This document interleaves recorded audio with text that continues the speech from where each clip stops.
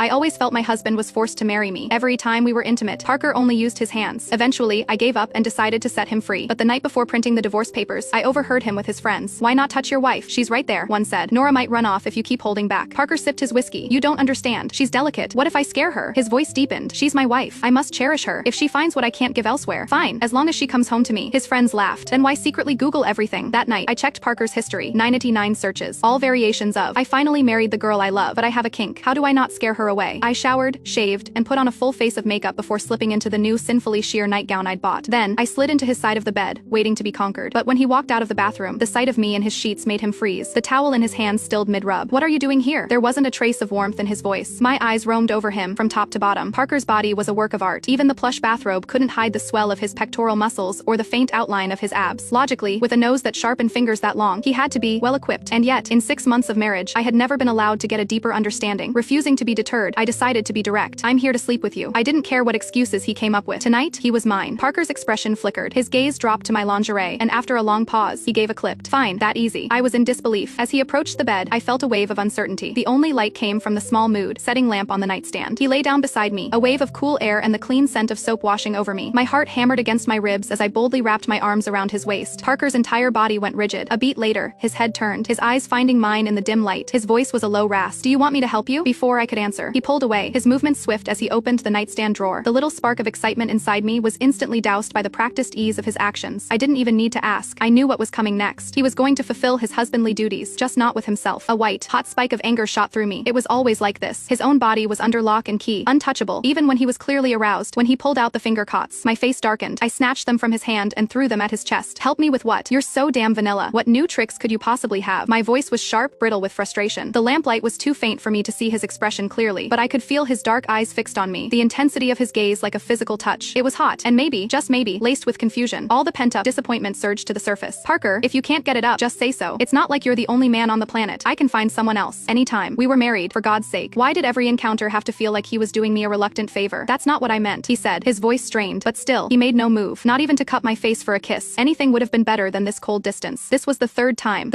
I'd laid myself bare, only to be rejected. The disappointment was a crushing weight. I grabbed the robe I just discarded and stood up. Then I stormed out, slamming the door with a thunderous crack that echoed the shattering of my patience. I ended up at my best friend Cassie's apartment. Me phone buzzed relentlessly on the coffee table. "Not gonna get that?" Cassie asked, tilting her head. I threw back a shot of tequila, the burn in my throat a welcome distraction. With a sigh, I switched my phone off completely. "What kind of trashy cigarettes did you buy?" I grumbled, my voice already raspy. "One puff and my throat's wrecked." Cassie just laughed, playfully tapping the colorful pack in her hand. "They look pretty, don't they?"